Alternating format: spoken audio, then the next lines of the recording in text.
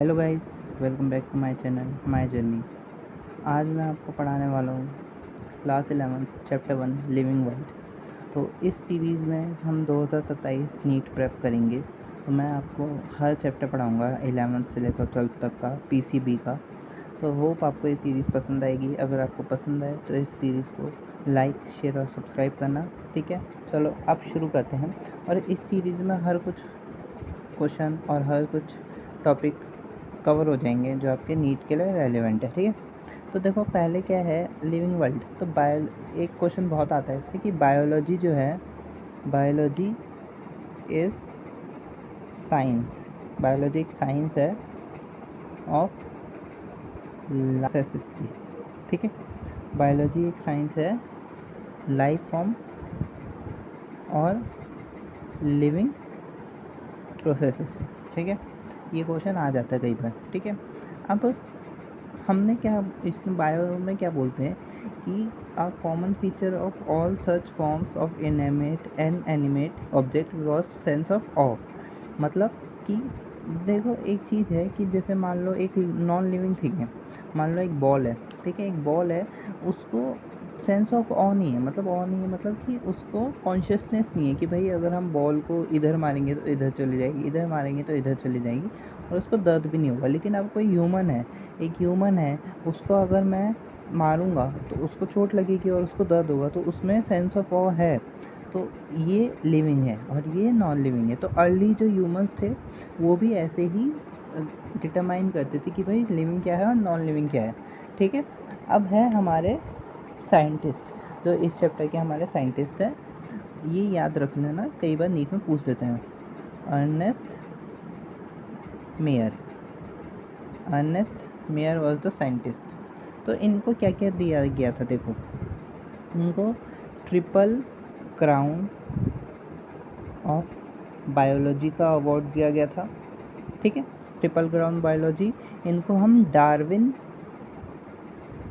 Of 20th century भी कहते हैं। मतलब 20th सेंचुरी के डार्विन थे ये। डार्विन आपके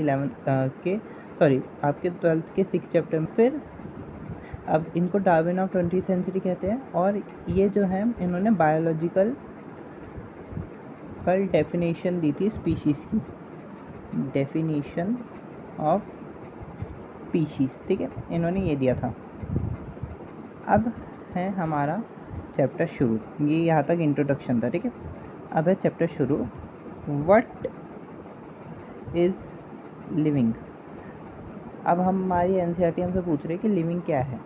तो देखो, हम कुछ चीज़ों से कैटेगराइज करते हैं कि कौन लिविंग है कौन नॉन लिविंग है। पहला, ग्रोथ। ग्रोथ दो तरीके की होती है,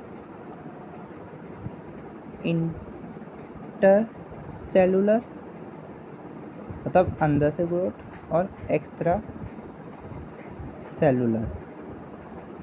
दो तरह की ग्रोथ होती है, इंटरसेलुलर, एक्स्ट्रा सेलुलर। मतलब इंटरसेलुलर इनसाइड, आपको समझ भी रहा होगा। इंटर मतलब इनसाइड, एक्स्ट्रा मतलब आउटसाइड, ठीक है। आउटसाइड, इनसाइड, ठीक है।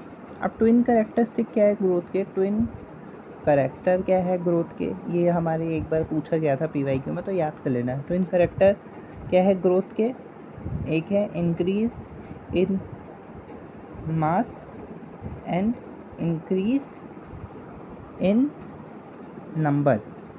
ये हमारे ट्विन कैरेक्टर है ग्रोथ के, ठीक है।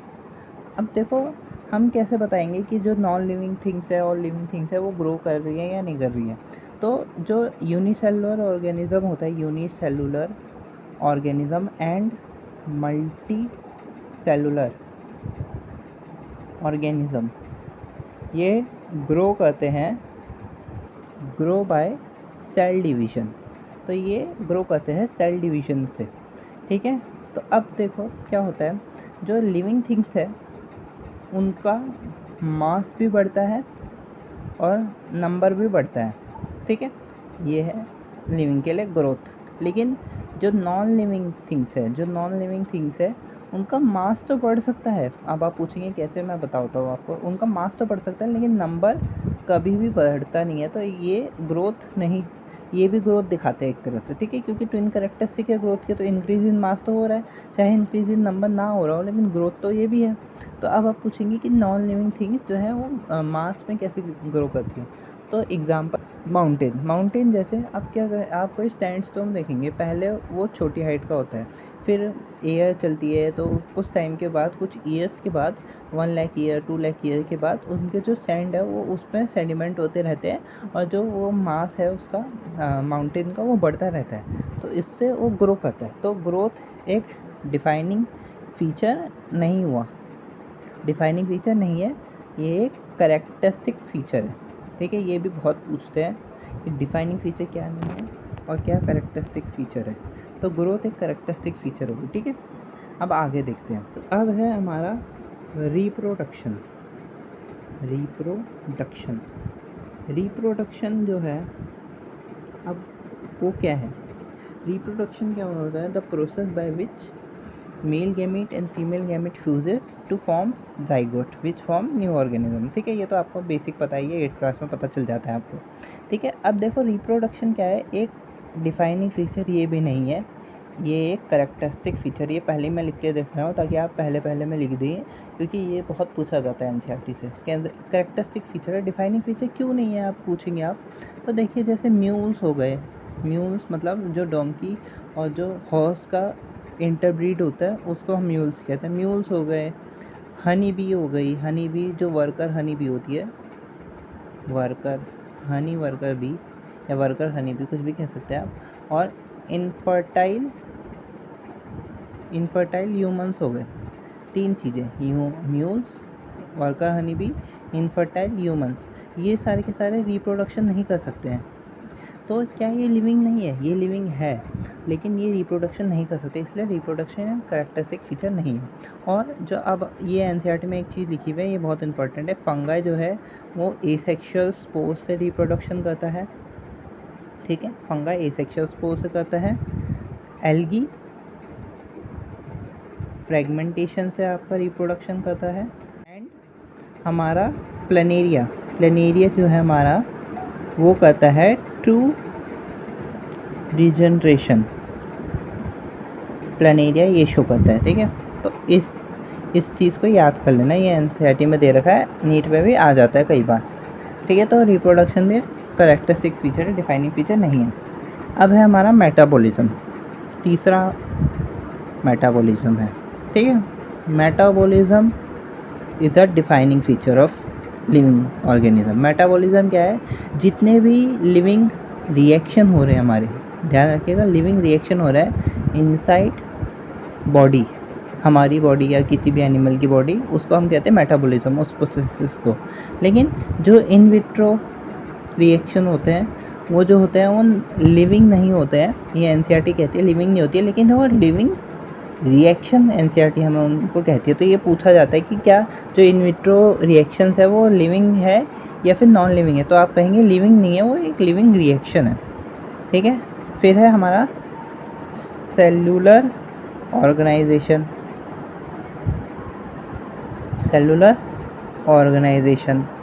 सेलुलर ऑर्गेनाइजेशन भी एक डिफाइनिंग फीचर है। सेलुलर ऑर्गेनाइजेशन मतलब सेल्स होना, कि कोई नॉन लिविंग थिंग्स में सेल नहीं हो सकते, तो इसलिए सेलुलर ऑर्गेनाइजेशन भी एक डिफाइनिंग फीचर है। अब 5वां है हमारा सेल्फ कॉन्शियसनेस।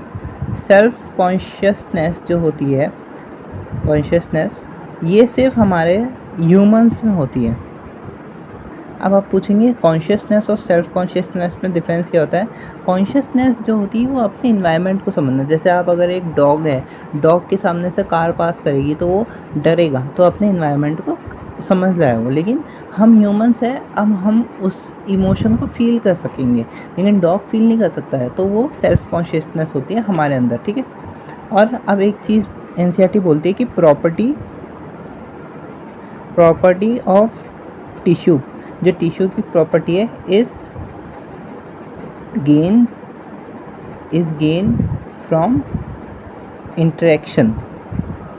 मतलब जब दो टिश्यू, मान लीजिए एक टिश्यू दोनों एक साथ इंटरेक्ट करते हैं, तब उनकी प्रॉपर्टी सामने आती है, ना कि उनकी इंडिविजुअल प्रॉपर्टी होती है वो, ठीक है। अब है बायोडाइवर्सिटी।